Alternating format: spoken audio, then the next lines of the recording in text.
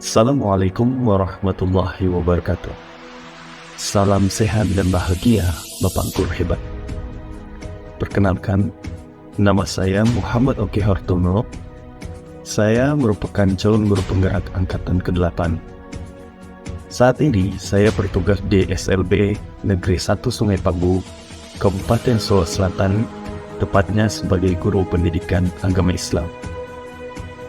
Pada kesempatan ini, saya akan merefleksikan intisari pemikiran dari Ki Hajar Dewantara tentang pendidikan serta implementasinya di sekolah.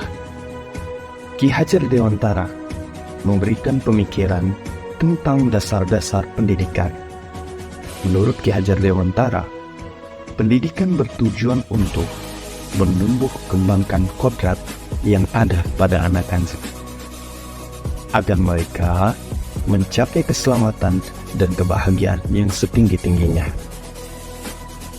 Pendidik hanya menuntun tumbuh kembang kekuatan kodrat yang ada pada anak-anak, agar mereka memperbaiki perilaku hidup. Mari kita perhatikan ilustrasi berikut. Peran pendidik diibaratkan seorang petani atau tukang kebun yang tugasnya adalah merawat sesuai kebutuhan dari tanaman-tanaman itu agar tumbuh dan berbuah dengan baik. Tentu saja, beda jenis tanaman, beda perlakuan. Artinya kita seorang pendidik harus bisa melayani segala kebutuhan, metode belajar, siswa yang berbeda-beda, tapi tetap berorientasi pada murid. Kita harus bisa memberikan kebebasan kepada anak untuk mengembangkan ide, berpikir kreatif, mengembangkan bakat atau minat. Tapi, kebebasan itu bukan berarti berkebebasan mutlak. Perlu tuntunan dan arahan dari guru supaya anak tidak kehilangan arah dan membahayakan dirinya. Benih yang bagus ditanam di tanah yang subur, serta diberi perlakuan yang baik oleh petani, tentu akan menghasilkan yang bagus pula. Sebaliknya, bibit yang bagus tetapi jika ditanam di tanah yang gersang serta tidak dapat perlakuan yang baik, maka hasilnya pun tidak akan bagus. Seperti itulah pendidikan. Ki Hajar Dewantara juga mengingatkan para pendidik untuk tetap terbuka dan mengikuti perkembangan zaman yang ada. Namun, tidak semua yang baru itu baik. Jadi, perlu diselaraskan dulu. Indonesia juga memiliki potensi-potensi kultural yang dapat dijadikan sebagai sumber-sumber belajar. Ki Hajar Dewantara menjelaskan bahwa dasar pendidikan anak berhubungan dengan kodrat alam dan kodrat zaman. Kodrat alam berkaitan dengan sifat dan bentuk lingkungan di mana anak berada, sedangkan kodrat zaman berkaitan dengan isi dan irama. Artinya, bahwa setiap anak sudah membawa sifat atau karakternya masing-masing. Jadi, sebagai seorang guru, kita tidak bisa menghapus sifat dasar anak. Yang bisa dilakukan adalah menunjukkan dan membimbing mereka agar muncul sifat-sifat baiknya sehingga menutupi atau mengaburkan sifat jeleknya.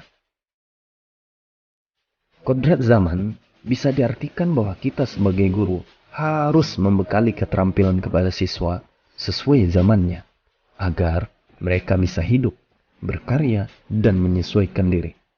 Dalam konteks pembelajaran sekarang, ya, kita harus bekali siswa dengan kecakapan abad 21. Budi pekerti juga harus menjadi bagian tak terpisahkan dari pendidikan dan pengajaran yang kita lakukan sebagai seorang guru. Guru harus senantiasa memberi keteladanan yang baik bagi siswa-siswa. Sebagaimana semboyan dari Ki Hajar Dewantara, ing ngarso sumtulodo, ing madio mangun karso, tutpuri handayani. Artinya, guru di depan harus bisa menjadi teladan bagi murid. Guru bersama murid harus bisa membangun semangat. Dan guru di belakang harus bisa memberikan dorongan, motivasi kepada murid.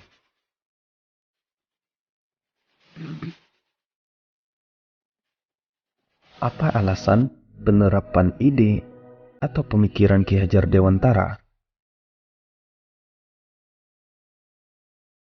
Alasan penerapan ide atau pemikiran Ki Hajar Dewantara karena sebagai seorang guru kita harus menjadi teladan bagi peserta didik, serta selalu membangun kekuatan semangat dan motivasi dalam proses pembelajaran.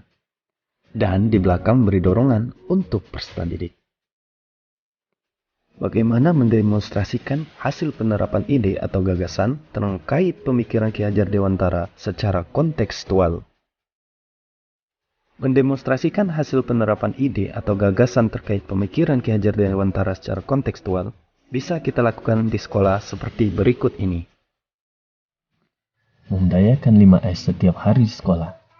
Berdoa sebelum memulai pelajaran dan selesai pelajaran. Pembiasaan harian untuk murid dalam kebersihan ruang. Bisa juga kegiatan infak di setiap hari Jumat dan lainnya. Melaksanakan berbagai kegiatan ekstrakurikuler, baik seperti pramuka, olahraga, dan lainnya.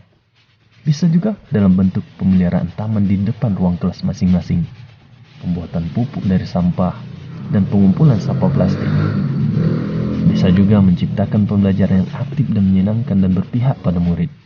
Menyisipkan ice breaking dalam pembelajaran untuk mencairkan situasi kelas, dan tidak memberi hukuman kepada murid, tidak marah-marah saat mengajar, lebih sabar dalam membimbing murid. Apa tantangan dalam penerapan pemikiran Ki Hajar Dewantara? Salah satu tantangannya adalah banyak di antara kita yang masih belum mengetahui konsep pendidikan Ki Hajar Dewantara, belum siap dengan perubahan, ketertinggalan dalam teknologi, dan masih banyak di antara kita yang belum siap keluar dari zona nyaman kita. Lalu, apa solusinya? Solusinya adalah mari kita gali lebih dalam lagi ide atau gagasan dari Ki Hajar Dewantara, agar kita lebih mengerti tentang konsep pendidikan merdeka belajar. Berani keluar dari zona nyaman sesuai dengan perubahan zaman, dan meningkatkan kemampuan teknologi kita sebagai guru, agar bisa membekali murid sesuai dengan kodrat alam dan kodrat zaman. Sekian dan terima kasih, salam sehat dan bahagia Bapak Guru Hebat.